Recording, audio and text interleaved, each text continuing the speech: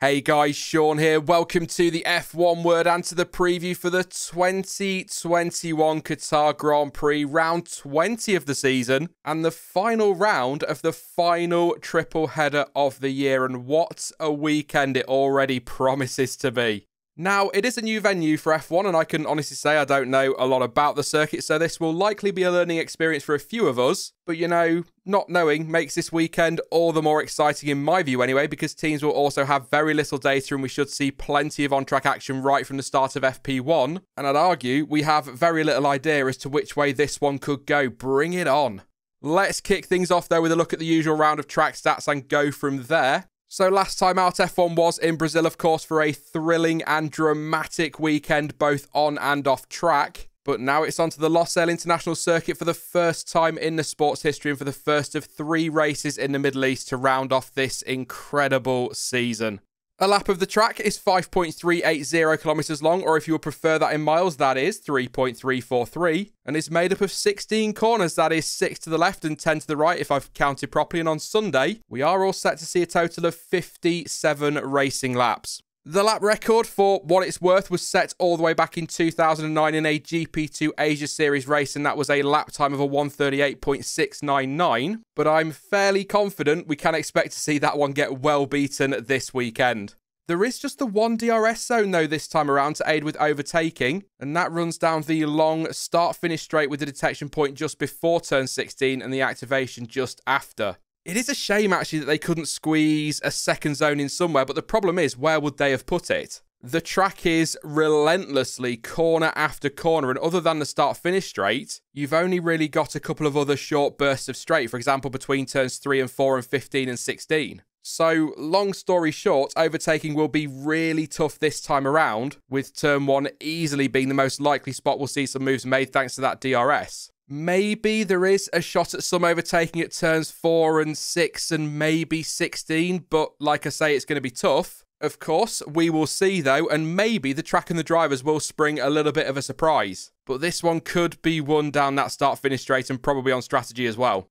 Let's move on though to everyone's favourite topic of chat. Yes, that's right, it's the tyres. I should stop being so snarky when it comes to tyres, because I know some of you genuinely love this chat. But anyway, the compounds available for the weekend are the hardest in the Pirelli range, and so they are the hard C1, the medium C2 and the soft C3. Pirelli also note that this is the 5th and final time that the hardest compounds will be used in 2021. There's a stat for you. Why the hardest tyres though? Well, there are a lot of unknowns, and usually if that is the case, Pirelli likes to play it a little bit safe. But because the corners come thick and fast, the tyres have to work hard as well. And with what Pirelli has described as aggressive asphalt, due to the fact it's the same original surface that was laid in 2004, tyre degradation is expected to be high, but there should be plenty of grip. That said, sand from the desert could make its way onto the track and affect that grip, a bit like we see in Bahrain, but hopefully not quite to the extent of the sandstorms we saw in pre-season testing. That looked almost post-apocalyptic.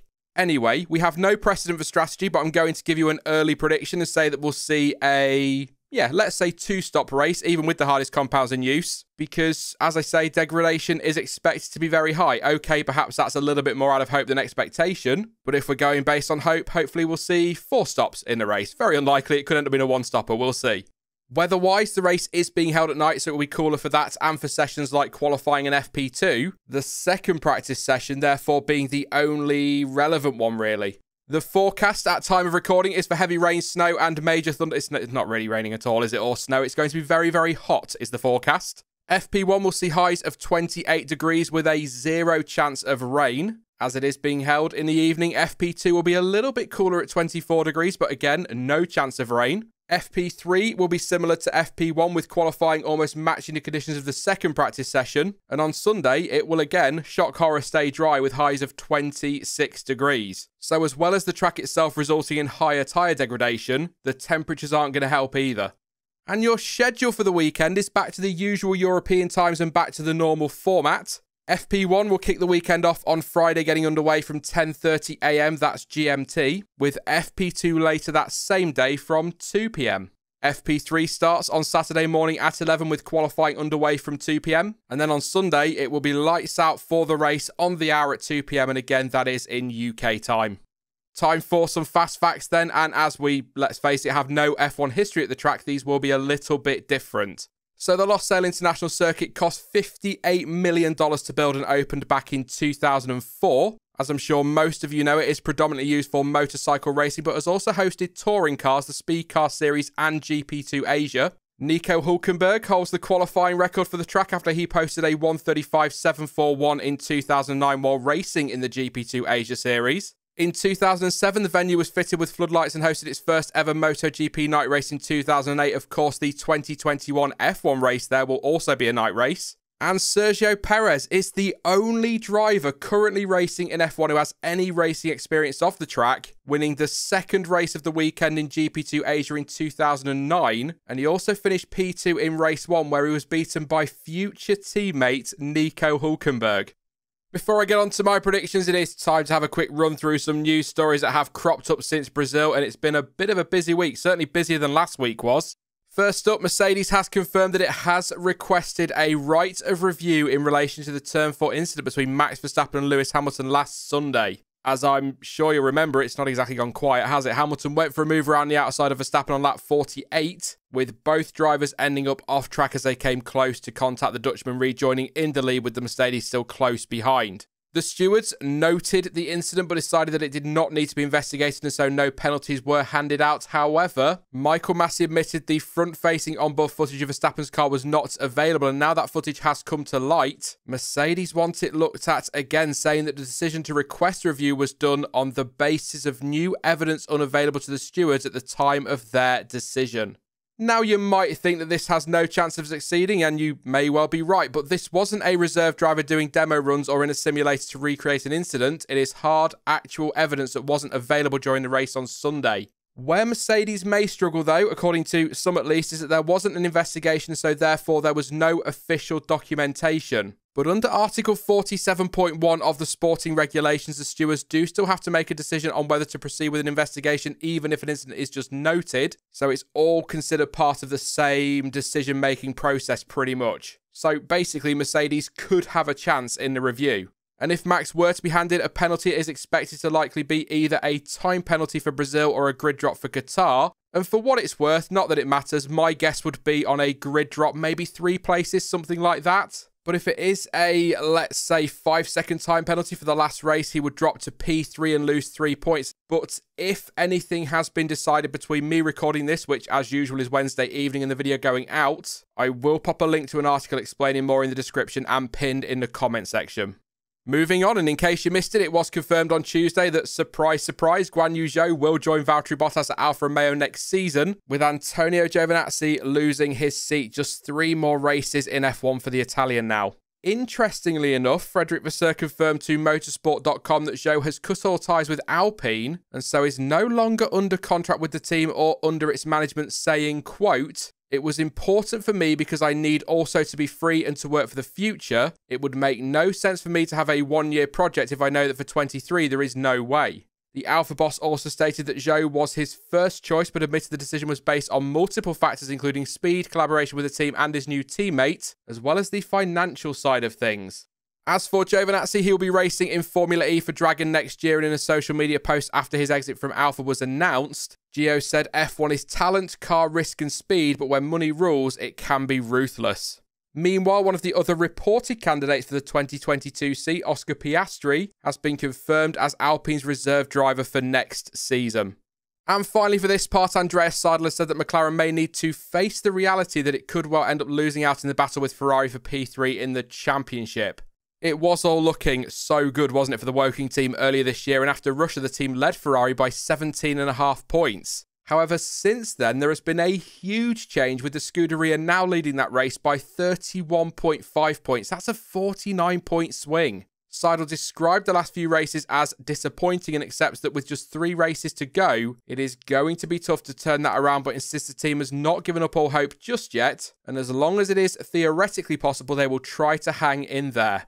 And just a reminder that this video is once again powered by Motorsport Network, so you can catch up on all the latest news at motorsport.com and have a browse through some brand spanking new photos and some archive photos over at motorsportimages.com. Links to all of those are in the description down below. Time for some predictions then, or as they're going to be called this week, just complete and total bloody guesses. As ever, if you disagree with my picks, which I don't really blame you for, then you can let me know yours in the comment section down below. Let's be wrong together. Always good fun. As I say, these will be guesses. I mean, they usually are anyway, really, but we have no historical information to go off, and so I really have no idea which way this will go. What I will say, though, is we saw just how powerful that Mercedes is in a straight line in Brazil, Lewis Hamilton specifically, thanks to that brand new ICE. And so with that long start-finish straight, which could be pretty OP anyway, thanks to the DRS, Merc may well be the favourites here, and that seems to be the general feeling in the paddock, at least it was over the weekend. Especially if you throw into the mix as well Verstappen ending up with some sort of grid drop. Again, we don't know about that for sure. We'll have to wait and see. For my safe predictions then, I'm going to go with a Hamilton pole and a Hamilton win, to be fair. But I do still think Verstappen will be right up there. I don't think he's going to be cut massively adrift. And so I'll say that he takes second place. And you know what? I am going to have to go with Bottas for P3 again, but say Perez for fastest lap and P4, which is exactly the same results as Brazil, basically. I just think if this comes down to power, Lewis Hamilton, that Mercedes, is going to be pretty tough to beat. And if Checo can once again take that point away for fastest lap, then he's doing the job he needs to for Red Bull. Goal for him, though, is definitely to beat Bottas. Could be a fun weekend, I think. As for some bolder predictions, they will again be pretty similar to last week, to be fair. Ferrari could well be best of the rest again. They're looking very good, aren't they? And so that does mean that out of Ferrari and McLaren are underdogs once again. But I'll mix it up a tiny bit and say that Ricciardo has a shot this week at a win if there is some drama at the front. And I'm actually going to go with AlphaTauri as outsiders for a surprise podium. My shock podium, though, is going to go to Alonso because, frankly, I'd love to see him nick one before the end of the season. And given that I can do nothing but guess for this one, I may as well make it this weekend. And I'll say Vettel as my shock top 5 and a surprise point for Nicholas Latifi as well. My one to watch this weekend is actually going to be Perez because he is, as I said earlier, the only driver on the current grid to have raced at Losail. So I'm actually intrigued to see if that gives him any sort of advantage. By the way, I'm fully aware the answer to that is likely no because a fair bit of time has passed since 2009, but that doesn't stop me being intrigued. All in all, though, I'm really looking forward to this one, more so than I thought I would be. And I think that's because it is all a bit of an unknown, so it could go either way, which is exciting. Plus, it looks like it's going to be another dramatic weekend off track as well, and that all could get very spicy indeed. Anyway, that is it for this week's preview then, but you can, as always, let me know your thoughts and your predictions ahead of the weekend down in the comments section. So as always, who are you picking for pole? Who do you think will win? And what is your top 3 on Sunday? Who are you keeping an eye on as well? Now, I will be back live on Sunday shortly after the race has finished for the usual reaction stream. But in the meantime, if you did enjoy this one, then please do leave a like because it really does help out the channel. And don't forget to subscribe so you don't miss out on any future videos or streams. But as ever, thank you for watching. I've been Sean. This has been the F1 Word. And until next time, goodbye.